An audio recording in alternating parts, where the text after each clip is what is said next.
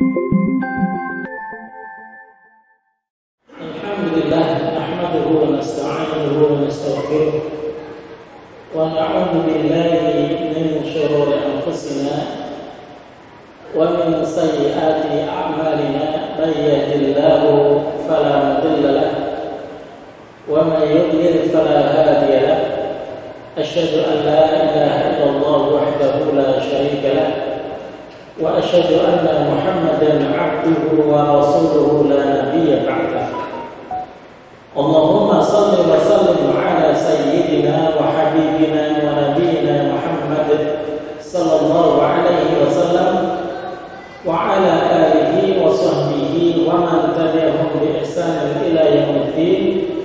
Allahumma fa'na bima 'allamtana wa 'allimna ma yanfa'una wa zidna 'ilma.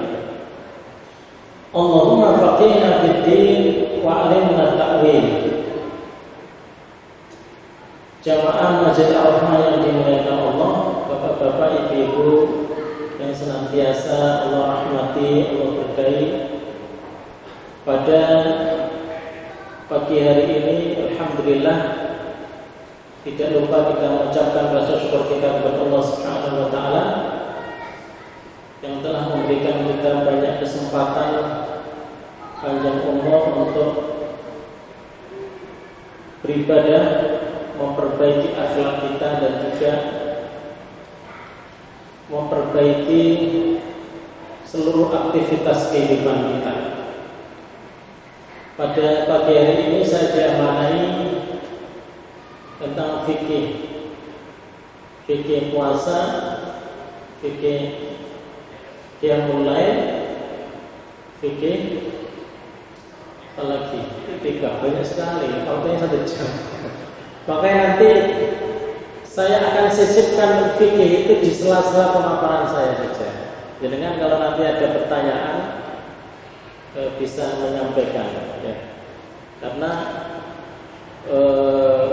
lama sekali fikih buku kitab usianya begini, 1 jam. Saya lebih pada fikih maudhu'i, fikih tematik saja yang sering terjadi di masyarakat, sambil kita memakai pemaparan ini. Jemaah sekalian rahimakumullah, apa yang kita lakukan untuk menyambut bulan Ramadan? Apa yang kita lakukan untuk menyambut bulan Ramadan? Di antara kalam para ulama, kalau kita kedatangan tamu itu manusia, itu dibolehkan untuk kita mau pertama mensegerakan memberi hidangan. Kemudian yang kedua, persiapannya serius. Jangan punya tamu Pak, aja dianggap remeh. Yang namanya tamu ini, wa man kana yu'minu billahi wal yawmil akhir falyukrim dhaifahu. Siapa yang dirinya mengaku iman kepada Allah dan akhir, hendaknya dia memuliakan tamu. Yaitu dia mensegerakan, harus disegerakan maksudnya. Yang kedua, persiapannya harus baik. Artinya kita boleh ngutang, kita boleh berusaha agar si tamu ini mendapatkan pelayanan spesial. Kalau di dalam surat Ibrahim, cerita Nabi Ibrahim ketika memberikan suguhan kepada malaikat sebenarnya, itu disuguhi apa? Ijlun hanif. Ijlun hanif itu adalah sapi muda yang matang, yang enak gitu. Jadi kalau ada tamu itu jangan dijarno Pak. Pas nggak ada duit, banyak putih yang lain, ini kan berarti salah. Gitu. Tamu itu harus dimudahkan. Ya. Ini tamu dari Allah Subhanahu Wa Taala Ramadan ini. Harus betul-betul kita tepat dalam mensikapinya. Yang salah satunya nanti itu adalah bagaimana belajar fikih di dalam menjalani ibadah puasa. Karena masih banyak pertanyaan-pertanyaan diulang-ulang dari tahun ke tahun, padahal ya itu aja. Karena perlu murojaah juga, namanya ilmu itu perlu murojaah. Makanya jangan heran kalau para ulama itu baca kitab diulang-ulang berapa kali itu ya. Karena mereka itu ya lupa, diulang-ulang. Kalau kita baca satu kitabnya nggak selesai-selesai. Ya. Tunjuk tangan siapa yang pernah membaca kitab fikih puasa tamat aja belum diulang-ulang, Pak. Angkat tangan. Nama kitabnya apa? Terus dibacanya, ya paling enggak tamat lah. Kalau nggak tamat berapa persen itulah?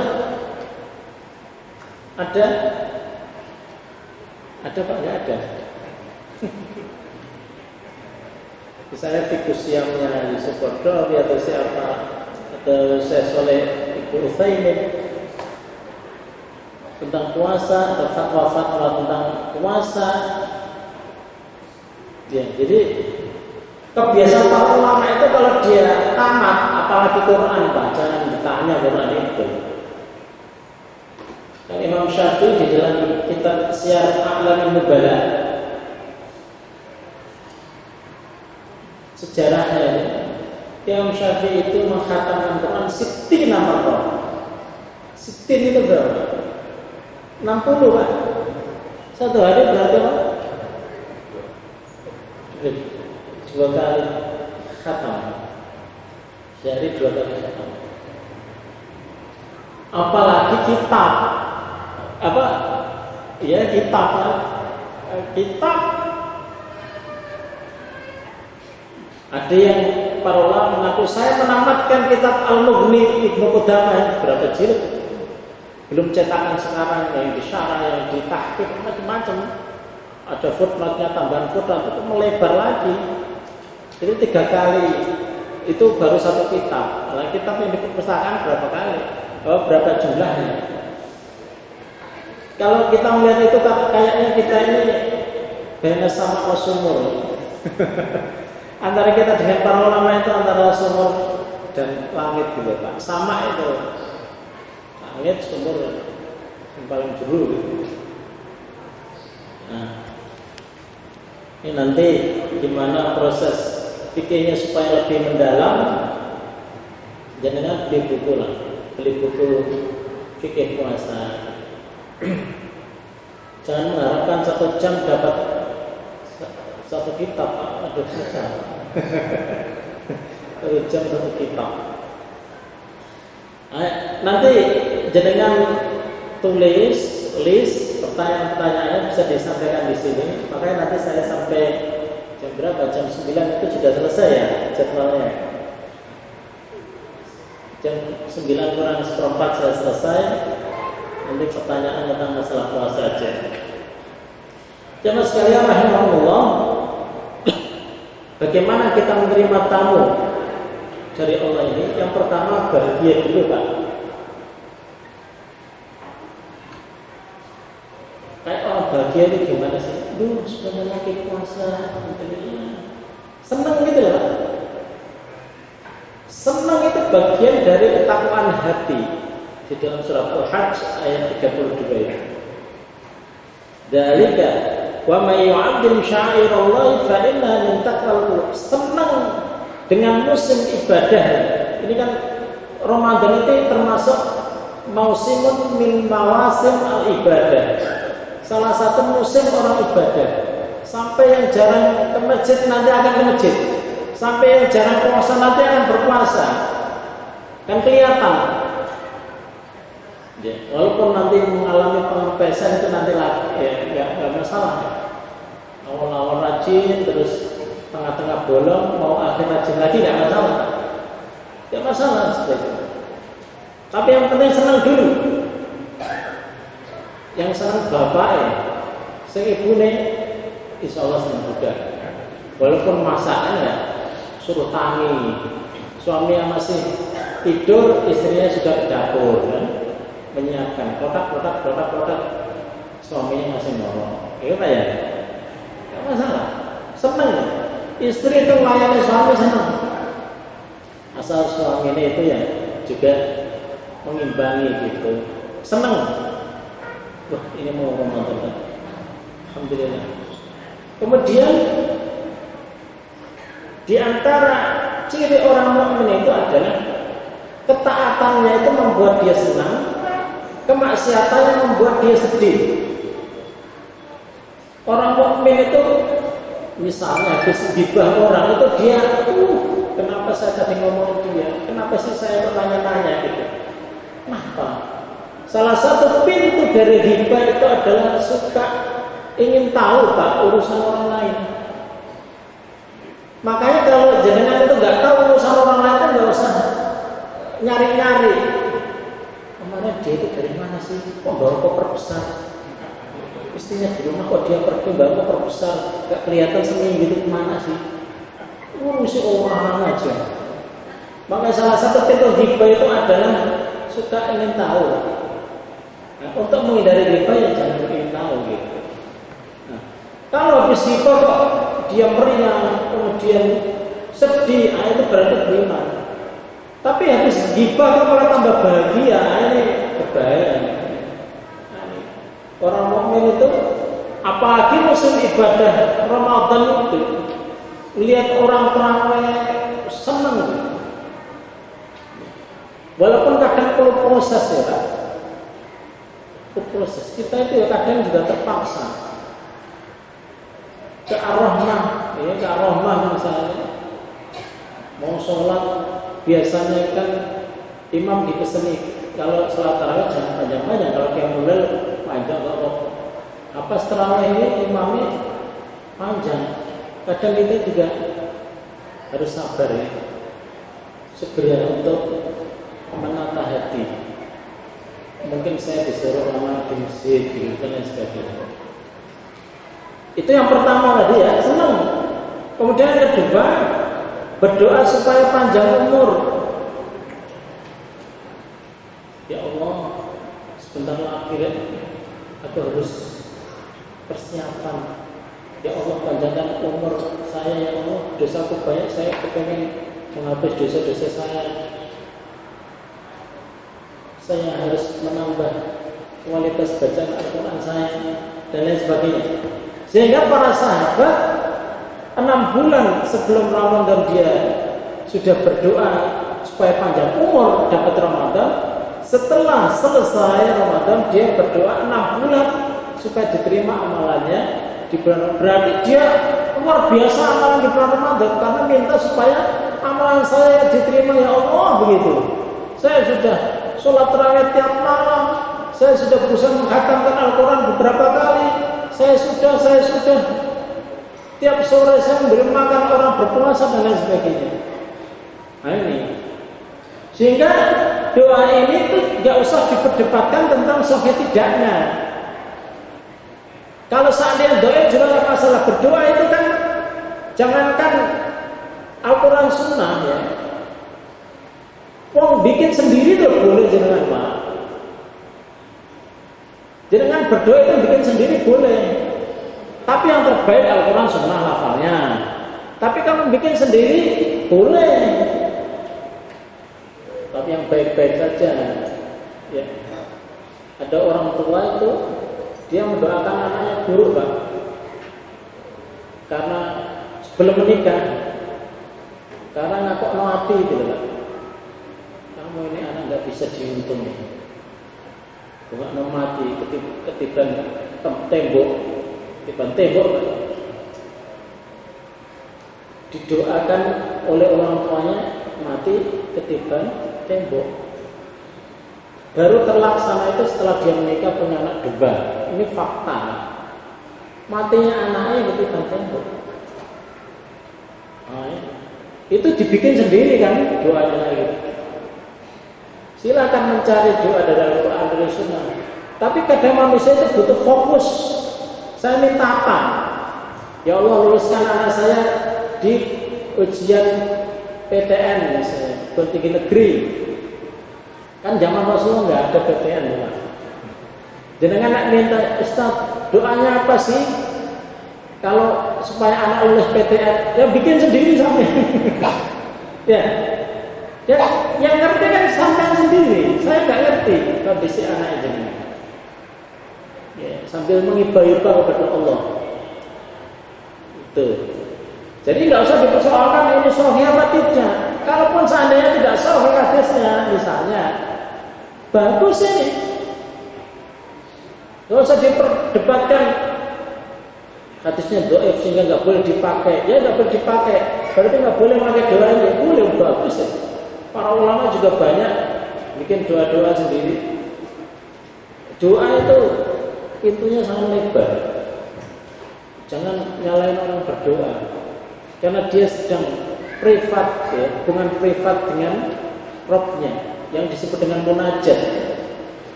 Munajat itu bisik-bisik antara Allah dan hamba-Nya. Bisik-bisik. Ya. Jadi pakai doa ini, Allahumma barik lana fi Rajab wa Sya'ban wa balina Ramadan, enggak masalah. Pokoknya doa aja, doa kebaikan. Nah, ini kita minta supaya kita dipanjangkan umurnya sampai bulan Ramadan. Ini ada cerita tentang Tolha bin Ubaidillah. Beliau ini salah satu sahabat Rasulullah SAW yang dijamin masuk surga, salah satu yang dijamin masuk surga. Suatu saat dia melihat ada dua orang sahabat Rasul itu datang menemui Rasulullah, dan keduanya ini yang satu rajin ibadah, matinya mati syahid.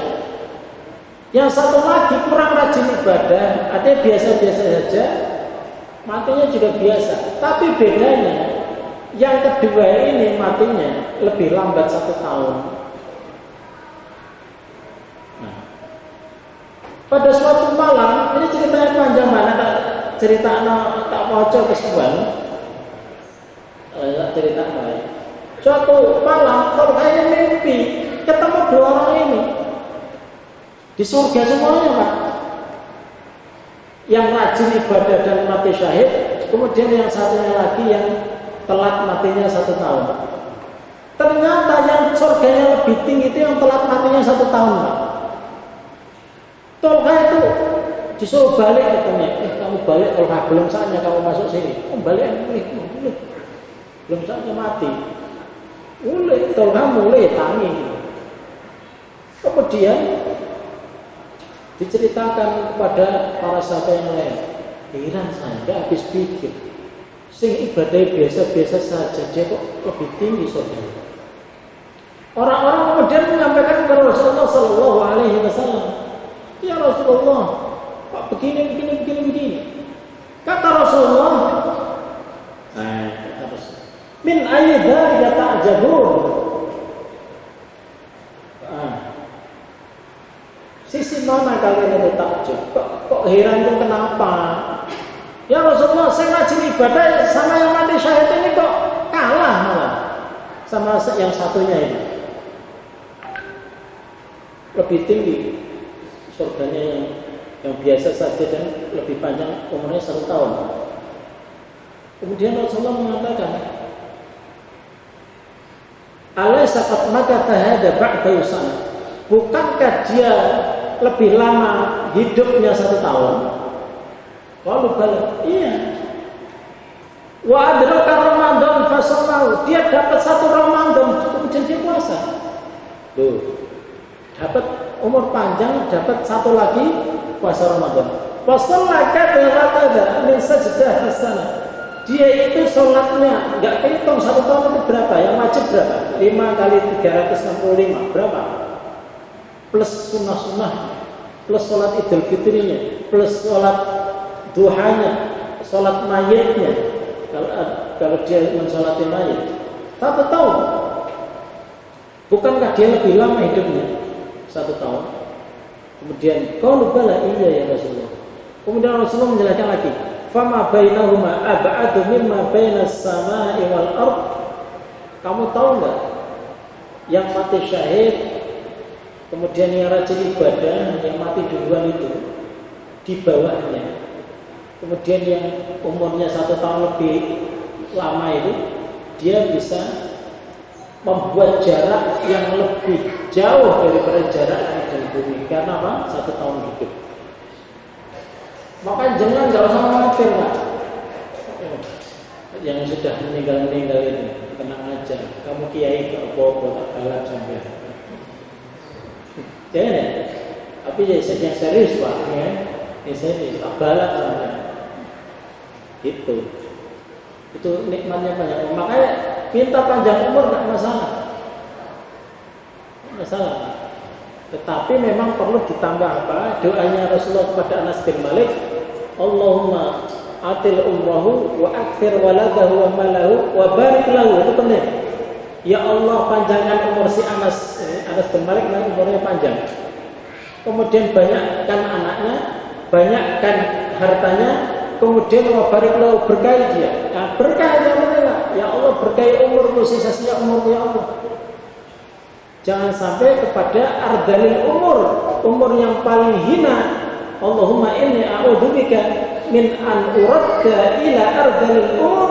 Ya Allah, saya berlindung kepadamu dari dikembalikan kepada umur yang paling hina, yaitu umur kepikunan. Umur pikun, Pak. Kalau kita hanya ya Allah atil umri, ya Allah panjangkan umurku tok, nak dipanjangkan sampai sing sambat. Panjangkan sampai kider-kider sampai ke bisa ngapa-ngapain. Ya, jangan ya. Tambahin wa barik li, berkailah. Kemudian yang ketiga, kita harus mempercepat karena waktunya bergerak. Kemudian yang ketiga, membaca doa melihat hilal. Nah, ini para ulama mengatakan sunnah mahjurah, sunnah Rasul yang terlupakan, Pak. Nah, ini masjid harus berusaha ihya sunan al-mahjurah. Ihya sunan al-mahjurah. Masjid itu harus menjadi tempat menghidupkan sunnah Nabi yang ditinggalkan. Salah satu doa ini, Allahu Akbar, Allahumma ahillahu alaina bil amni wal iman wassalamati wal islam wa taufiq lima tuhib wa tarda rabbuna wa rabbukallah. Ini doa melihat hilal. Kalau tanggal 1 kan susah, Pak. Para ulama mayoritas mengatakan kalau bisa melihat hilal, kalau enggak gimana? Ya enggak gitu. Tapi diterangkan oleh pensyarah hadis ya, kitab Sunan At-Tirmidzi, Tuhfatul Ahwadi, itu nama kitab, pengarangnya Syekh Al-Mubarakfuri. Kalau ketinggalan yang pertama karena pengumuman Kementerian Agama itu kan hari pertama itu susah dilihat hilalnya, Pak, sampai teropong-teropong itu, Pak, dengan susah. Nah, kemudian para ulama mengatakan al-hilalu yakunu minal lailatil ula was-tsaniyah was-tsalitsah.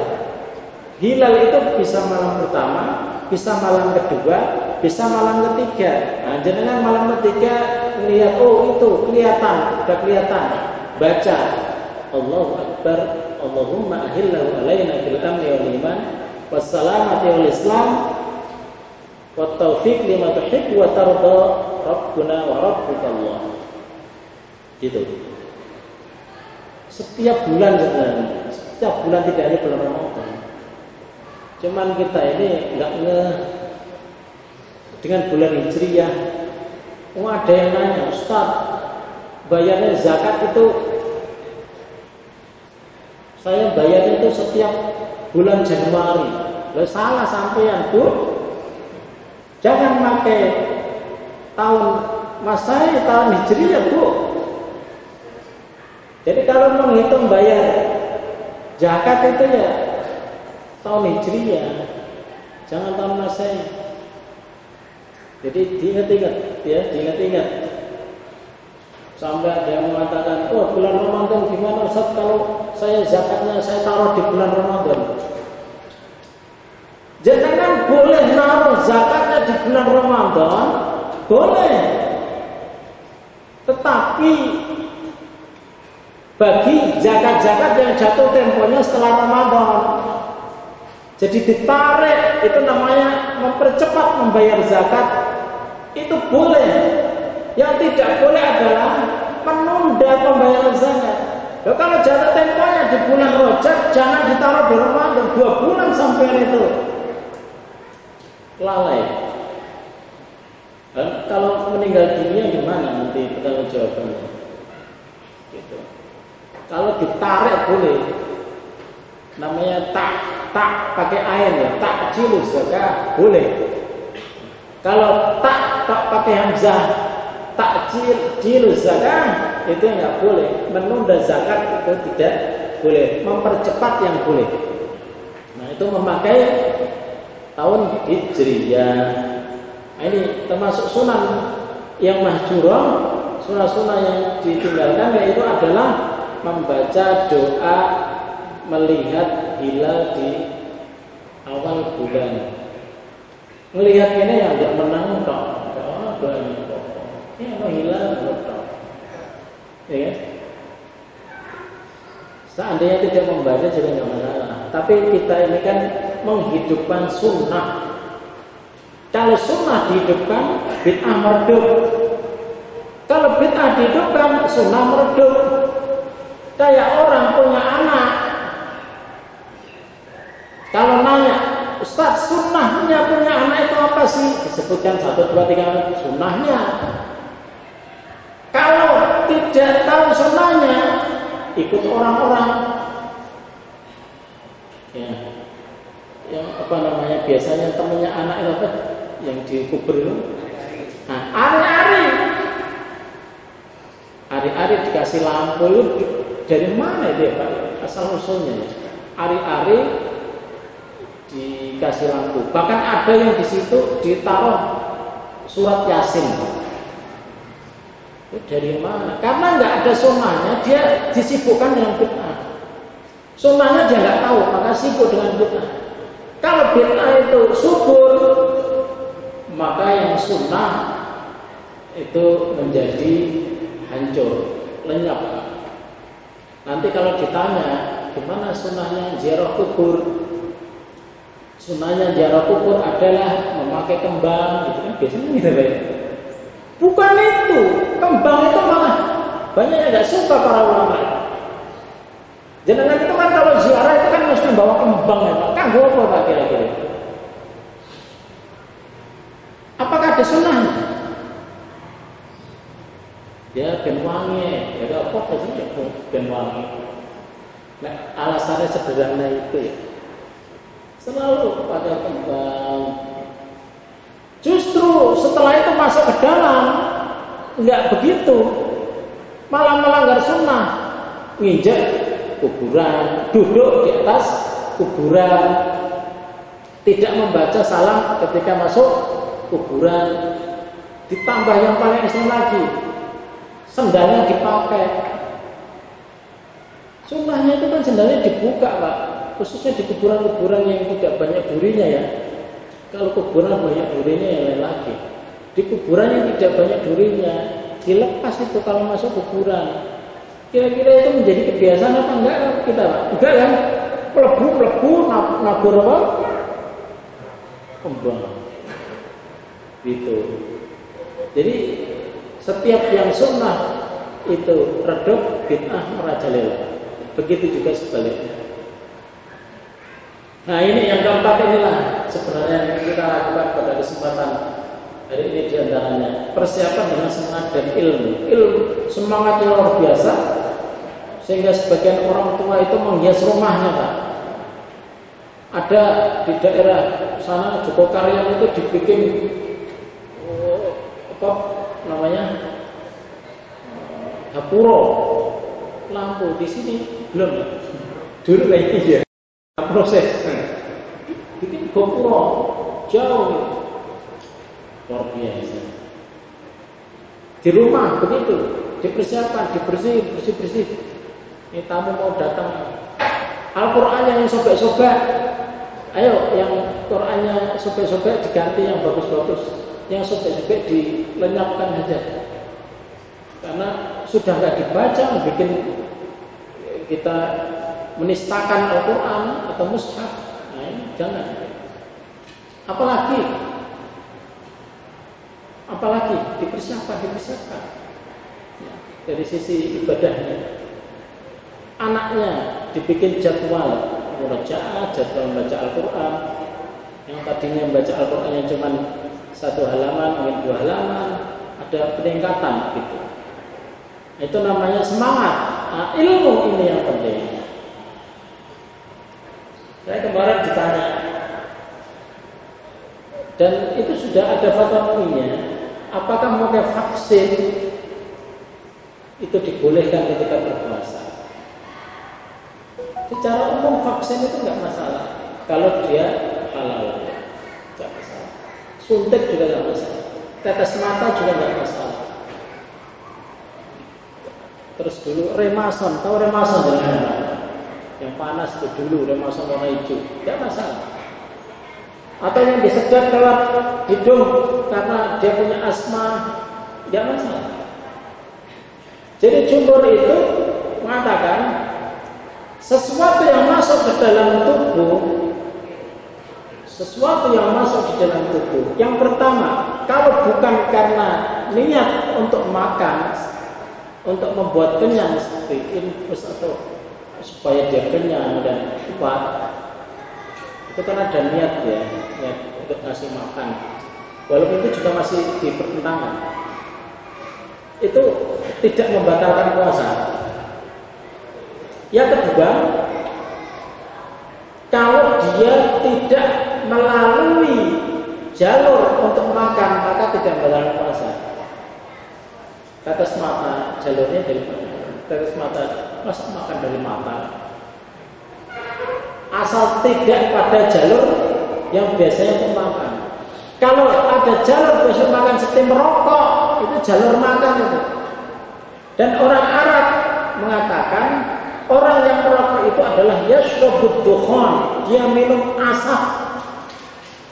Berarti dia minum sudah batal. Ya. Merokok sisa atau apa itu namanya, itu membatalkan karena dia masuk dari jalur untuk makan. Ya. Kalau jalur, jadi tujuannya dua itu, yang tidak ada niat untuk makan, untuk kenyang. Yang kedua jalurnya. Dengan makanya ada yang bertanya gini, gimana kalau buang angin di kolam renang? Bukankah dia bisa masuk dari bawah? Saya tanya, kamu makan nggak itu? Apakah kamu pernah makan dari bawah? Kemudian yang kedua, apakah niatnya buang angin itu untuk kenyang? Jadi simpel sebenarnya. Makanya bagi ibu-ibu, asalkan tidak ditelan, ngincipi makanan itu nggak masalah, Bu. Ngincip-incip makanan. Tujuannya, ya, niatnya kan sebenarnya. Orang itu kan niatnya supaya suaminya tidak keasinan nanti kalau makan, anaknya doyan kalau makan, maka diincip. Kalau nggak diincip, sama-sama puasa semua, incip saja. Habis diincip, diludahkan. Persis seperti kumur. Masih saja orang ada yang mengatakan bahwa berkumur pada bulan puasa itu makruh. Ini kesalahan ini. Ini kesalahan. Tidak ada dalam ajaran Islam berkumur pada saat puasa itu makruh. Itu perintah Rasulullah Sallallahu Alaihi Wasallam. Ketika Umar ibn Khattab lapor kepada Rasulullah SAW dalam riwayat Abu Dawud, Umar ini, ya Rasulullah, aku puasa, tapi aku melakukan sesuatu yang nggak sepantasnya, ya Rasulullah. Saya mungkin batal puasanya. Kamu ngapain, Umar? Kata Umar, saya mencium istri saya ketika puasa. Rasulullah kemudian mengkiaskan, wahai Umar, Yang namanya mencium ketika puasa itu adalah seperti orang yang berkumur ketika puasa. Apakah berkumur ketika puasa membatalkan? Tidak. Begitu juga mencium. Jadi mencium istri pada saat berpuasa itu seperti berkumur ketika berpuasa. Jadi apa? Tidak batal. Bahkan Rasulullah dalam salah satu riwayat mengatakan, balik fil istinsyaq malam takun shaiman. Kamu keraskan ketika menyedot air ke hidung, kecuali ketika berpuasa, jangan kamu keraskan. Kalau menyedot aja diperintahkan, apalagi berkumur. Lebih kotor mana? Mulut jenengan apa hidung jenengan? Bau mana? Bau mana? Mulut apa hidung? Mulut. Apalagi bekas sikatan. Apalagi warnanya sudah kuning. Jadi kalau menyedot saja diperintahkan, apalagi berkumur, maka berkumurlah, asal jangan dikeraskan gitu. Jadi berkumur pada saat berpuasa tidak makruh. Itu bagian daripada kesempurnaan wudu, asal jangan dikeraskan.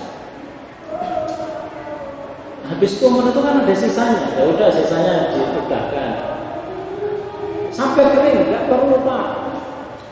Kadang habis wudu itu udah sampai sampai habis semua air liurnya itu. Kenapa? Ngapain? Nggak usah. Kalau pokoknya sudah yakin sudah keluar semua, sudah. Kalau ada yang masuk walaupun sedikit, kalau nggak disengaja sama. Yang masalah itu kan kalau disengaja aja nih, kumur segera. Kalau jenengan kumur biasa menyedot air hidung biasa ya nggak masalah Pak. Ini jamaah sekalian. Dan dalam beberapa fikih puasa, Rasulullah itu pernah didatangi dua orang, yang satu anak muda, yang satu orang tua. Ya Rasulullah, apakah aku boleh tadi mencium istriku? Anak muda yang nanya. Kata Rasulullah, jangan. Ketika yang datang orang yang sudah tua, ya Rasulullah, apakah aku boleh mencium istri saya? Boleh. Loh, kenapa ini boleh nggak boleh?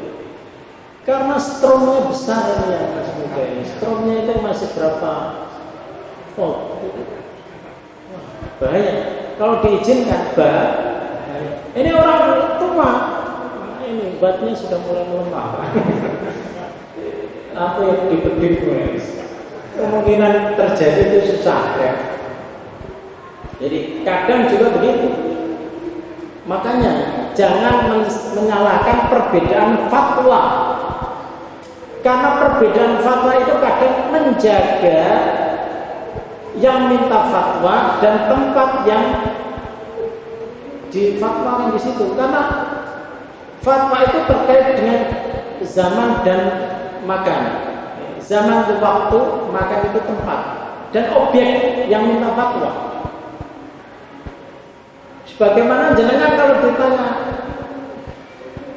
Bu, saya kasih uang 100.000, ya siap apa? Udah gede dia paham. Tapi untuk yang lain, yang adeknya, kasih uang 100.000, jangan kamu 5.000 aja. Jadi kadang yang namanya fatwa itu berbeda-beda, itu malah itu yang dikatakan Umar bin Abdul Aziz.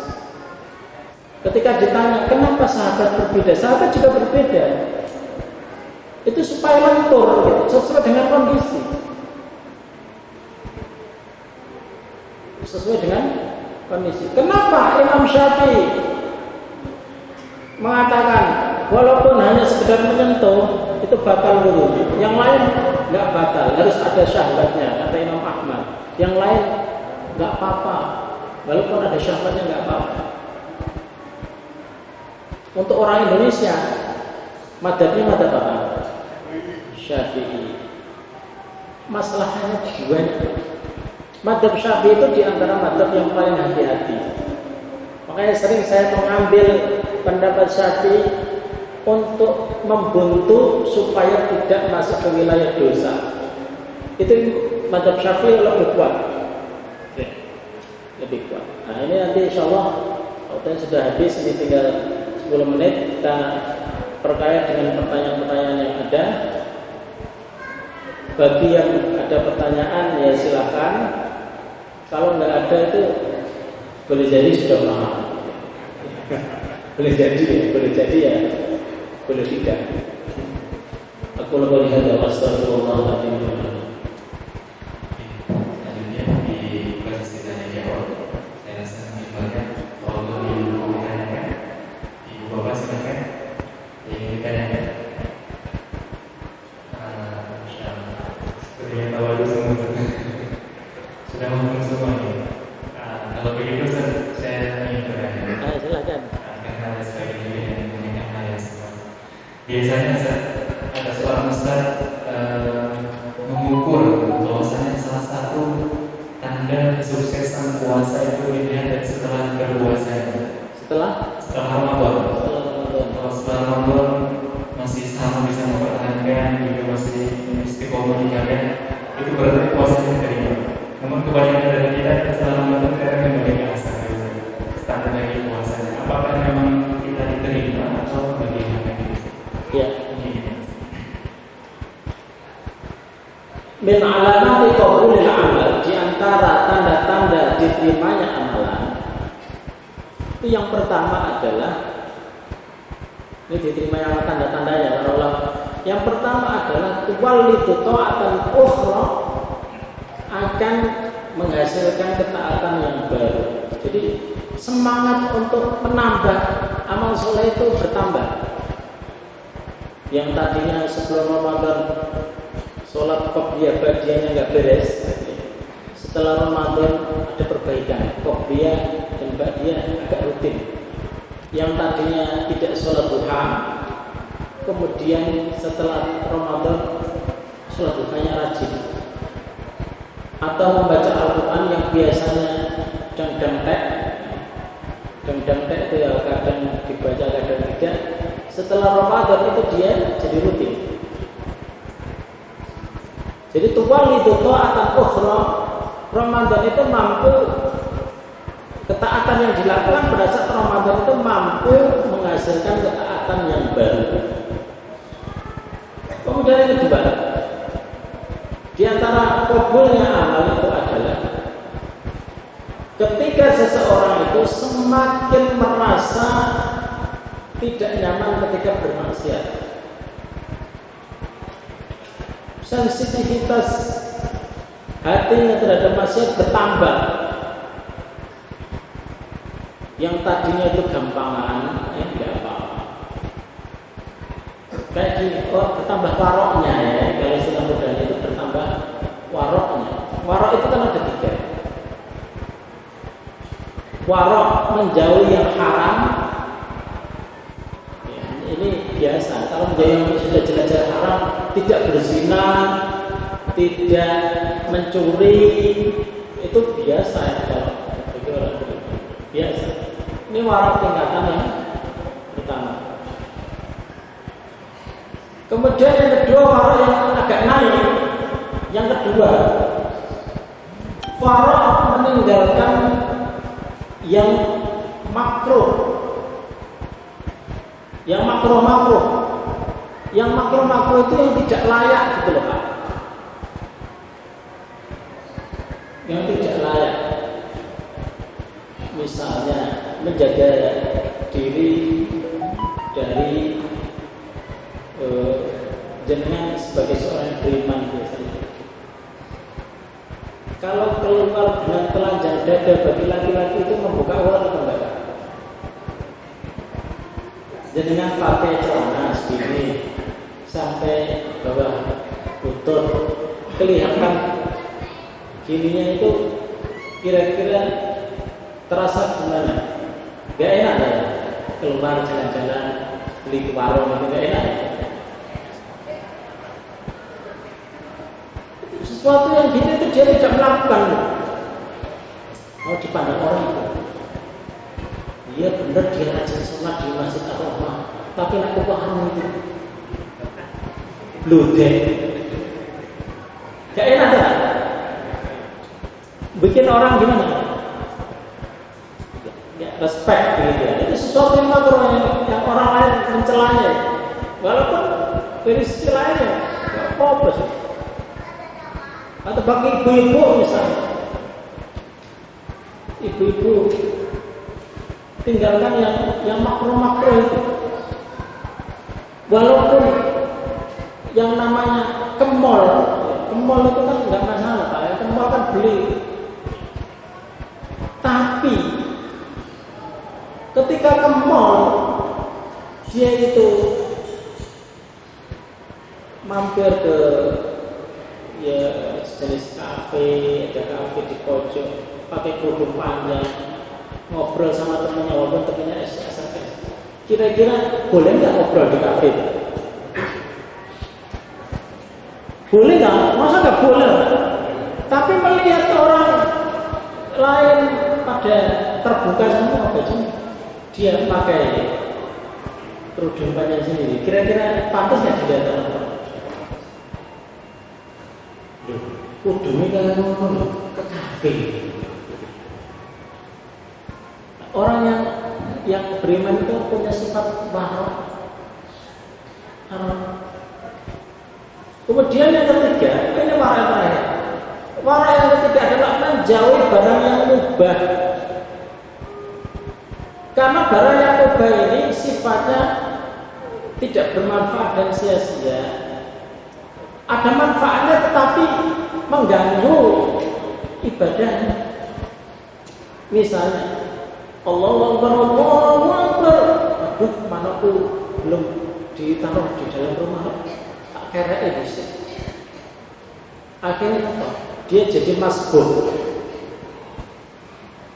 Masbuk gara-gara ngurusi mana? Ayo mubah ya ngurusi mana masa nggak boleh Pak? Kalau ngurusi mana ya boleh. Apalagi kan di masa pandemi ini para laki-laki yang WFH menyibukkan dengan banyak aktivitas di rumah, bisa memelihara burung, memelihara ikan, nanam sayuran yang hidroponik, macam-macam. Itu apa itu nggak boleh? Tapi kan seandainya itu membuat ibadahmu bermasalah, ya dia tidak buat. Sebenarnya nggak bermasalah itu. Bermasalah nggak sampai dosa gitu. Jangan kan ke masjid tetap ke masjid, tapi kualitasnya itu jadi berkurang gara-gara yang mubah-mubah. Sampai sebagian ulama ada yang mengatakan, ya, dan ada yang melakukan. Dia itu kalau makan nggak pernah lama. Jangan nggak makan berapa menit? Ya, lama nggak? Sampai para ulama saking nggak kepengen lama itu ditumbuk Pak, dideplok,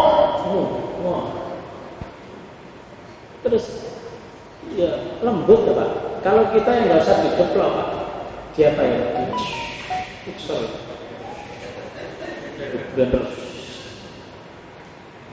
Biar apa? Gedut selesai. Nggak menghabiskan waktu. Sampai para ulama itu ya masalah makan juga nggak lama-lama Pak. Kalau kita makan ada lama di restoran, saking lamanya kadang ya sholatnya sampai telat-telat. Bagi orang yang beriman yang sempurna itu enggak. Jadi tingkatan marok itu diperhatikan. Nanti bulan Ramadan ini diantara ciri kabulnya amal itu adalah meningkatnya wara itu tadi, meningkatnya sifat marah itu tadi, dan sensitif. Kalau itu sensitif terhadap dosa, lebih sensitif. Makanya nanti ada perubahan, bicaranya ke suami akan berubah. Sing biasanya itu nyerocos, dari mana?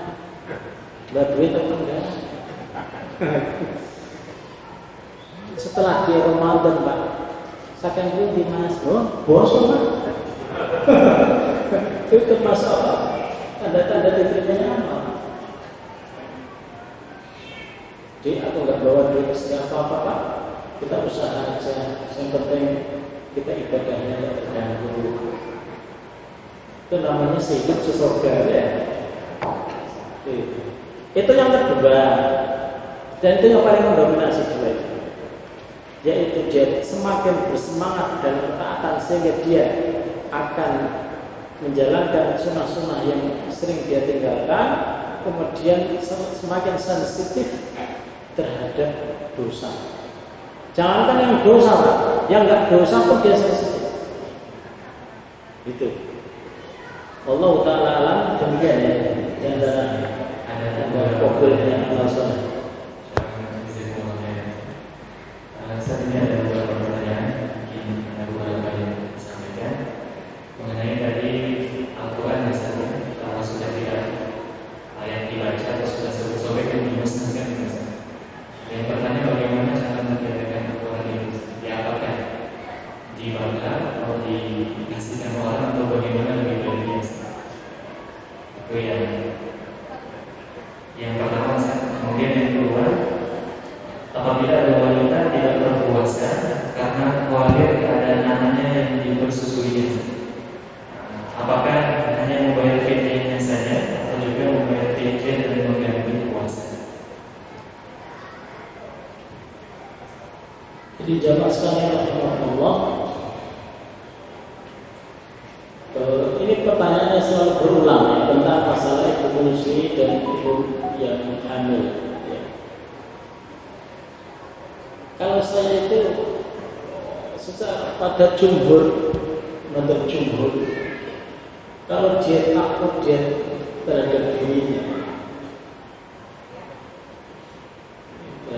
terhadap dirinya, itu mengkodok dan juga membayar fidyah. Maka ini pada jumhur secara umum seperti itu. Ada dua yang harus dilakukan. Tapi ada pendapat Yusuf Qaradawi yang karena ada pendapat lain, ada yang mengkodok saja, ada yang berfidyah saja. Di antara pendapat yang berfidyah saja itu adalah Ibnu Abbas, berfidyah saja, karena dianggap seperti orang yang tua atau orang yang punya penyakit tapi nggak bisa sembuh. Karena kan yang namanya orang hamil sama orang yang menyusui itu kan punya jarak waktu yang lama ya. Hamilnya 9 bulan 10 hari, menyusuinya 2 tahun. Berarti hampir 3 tahun. Berarti tidak melaksanakan puasa 3 tahun. Gimana? 3 tahun kali 30. 3 kali 30 berapa? 90.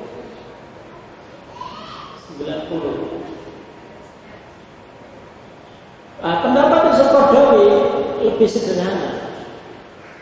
Beliau di tengah-tengah, yaitu barang siapa yang dia menyusui, hamil dan menyusui terus-menerus karena banyak. Ada kan yang baru selesai melahirkan, hamil lagi itu kan ada. Suaminya itu tidak memberikan kesempatan kepada istrinya beristirahat. Ya? Kan menunggu nifasnya tuh Pak ya. 9 bulan 10 hari keluar. Nunggu nifasnya selesai kan? Suaminya apa istilahnya ya? Beraksi lagi. Hamil lagi Pak. Anaknya aja kecil-kecil disusul lagi. Kalau kondisinya itu banyak hamil dan banyak menyusui, dianggap seperti itu, dikiaskan seperti orang tua atau orang yang punya penyakit dan tidak bisa sembuh. Orang yang punya penyakit itu ada yang bisa sembuh, ada yang tidak bisa sembuh. Ya. Nah, kalau dia itu orangnya jarang hamil, maksudnya suaminya itu tahu, udah Dek, kita tunggu anak kita sampai 2 tahun, lalu kita nanti bikin agenda lagi, kan gitu kan? Nah kalau kayak gitu, kata Yusuf Qaradawi, mengpondok saja. Dan beliau tidak menyatukan antara mengpondok dan bayar fidyah, tidak. Saya lebih suka pendapat ini, karena ini kan ulama berbeda pendapat ya. Saya lebih suka pendapat Yusuf Qaradawi ini karena melihat kondisi wanita itu berat. Sebagai seorang istri harus melayani suaminya, di sisi lain dia harus melahirkan, harus hamil, kemudian setelah itu juga ada banyak kerjaan gitu di rumah. Makanya kalau kata Yusuf Qaradawi, kalau banyak anak atau banyak hamil, banyak menyusui, maka fidyah saja sesuai dengan pendapat Ibnu Abbas. Tapi kalau dia jarang, maka mengkontrak saja, tidak usah membayar fidyah. Ini ijtihad para ulama. Walaupun di antara para ulama ada yang mengatakan mengkodok dan membayar fidyah semuanya. Gitu. Tapi tidak menjadi masalah jamaah sekalian rahimahullah. Kita yang merasakan sendiri ya, atau ibu yang merasakan sendiri tentang kondisi-kondisi seperti itu. Silakan bayar fidyah atau mengkodok. Kalau jarang hamil, jarang menyusui, mengkodok. Kalau sering hamil, sering menyusui, membayar fidyah. Itu pendapat yang lebih pas menurut saya, dan sebagian ulama juga berpendapat seperti itu. Gimana? Apa gimana? Al-Quran kalau sudah tidak dipakai, untuk Al-Quran yang sudah tidak dipakai itu dibakar saja untuk menghindari penistaan. Penistaan itu ya diinjek, ditaruh tempat yang kosong. Sampai para ulama itu memakruhkan untuk masang ayat-ayat Al-Quran di dinding-dinding. Kalau bisa dijaga dari penistaan nggak masalah. Kadang tidak bisa menjaga dari penistaan. Misalnya ada masjid itu kadang Asmaul Husna, ada ayat Al-Quran, tapi pekerjanya itu nggak paham itu ayat Al-Quran, menek-menek nyolak-nyolak, mancing, kan? Mancing di tempat apa? Al-Quran, ya ini namanya penistaan. Kalau bisa dijaga kan masalah. Makanya menempelkan ayat-ayat Al-Quran atau sesuatu yang dimuliakan di tembok itu hukum yang makruh, kecuali kalau bisa dijaga. Kenapa makruh? Karena rentan terhadap penistaan. Jenengan nempelin ayat kursi, jenengan nempelin Allah, ya, kata-kata Allah, jenengan nempelin apa misalnya, gambar orang soleh, masalah gambar orang soleh misalnya, sampai sering dinistakan. Nempelin gambar orang soleh, diyakini dia sebagai penglaris, itu kan nggak boleh, Pak. Ada gambar Sunan Kalijaga, ada gambar Sunan Bonang, atau ada gambar Umar, Abu Bakar, Utsman, Ali dengan niat supaya penglaris berkah. Nggak ada. Pertama itu bukan gambar asli mereka, karena siapa yang melihat mereka itu. Yang kedua, keyakinan itu keyakinan yang salah gitu loh. Sering saya jumpai ketika saya nyebrang ke sana ke pulau sebelah. Itu rumah makan itu banyak gambar Abu Bakar, Utsman, Ali. Siapa yang melihat mereka di sebelah itu? Yang gambar itu siapa? Takonono. Sampai yang tahu Abu Bakar itu. Itu yang pertama. Kedua, kalau dengan niat untuk berkah penglaris apa nih? Gak ilmiah. Sampai kalau mau laris ya berarti sing enak makanannya kan gitu, sing rapi, jaga kebersihan, layanannya yang bagus, sembarangan. Nah itu berarti ilmiah. Tapi kalau yang nggak ilmiah ya ditempelin foto biar laris.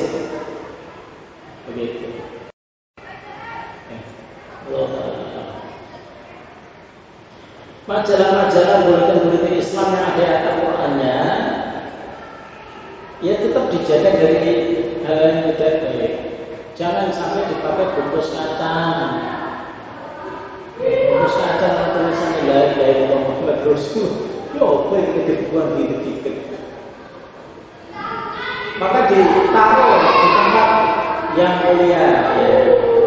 Di kerdusin yang baik kalau memang mau disimpan. Tapi jangan sampai ayat-ayat itu terbawa. Karena bagaimanapun ya Mas kalian rahmatullah, orang yang beriman itu pasti akan mengagungkan atau menjaga kehormatan sesuatu yang dianggap suci. Ayat Al-Quran itu bagi seorang muslim itu suci. Makanya salah satu cara jenengan bisa untuk menghilang menurut versi dukun itu Pak, jenengan belajar ilmu menghilang. Saya dulu pernah belajar ilmu menghilang. Itu adalah jenengan menginjak Al-Quran salah satunya, atau membawa Al-Quran ke WC. Pokoknya jin itu ingin memastikan kamu menistakan Al-Quran, biar nanti dia bisa melayani. Orang menghilang itu gampang Pak, bagi jin kan memang bisa. Kita supaya hilang ditutupi jin itu Pak. Saya gini kalau dulu tak terus belajar langsung hilang, jangan kaget. Mana bisa? Tapi tidak saya teruskan Pak. Ada syarat-syaratnya Pak. Tapi tidak saya teruskan. Kalau saya teruskan nanti saya tidak menghilang. Tapi saya menistakan ayat-ayat Al-Quran. Tiba-tiba, halo, ini waduh, ini orang mana? Allah Ta'ala. Jadi kalau ada buletin tetap dijaga. Kalau mau dibaca lagi ya dijaga. Kalau tidak mau dibaca lagi dimusnahkan ya. Jangan dijual, jangan ditaruh di tempat sampah. Nanti dipakai sama tukang-tukang kacang. Ada loh Pak, dibuat mercon. Dibuat mercon sudah ada.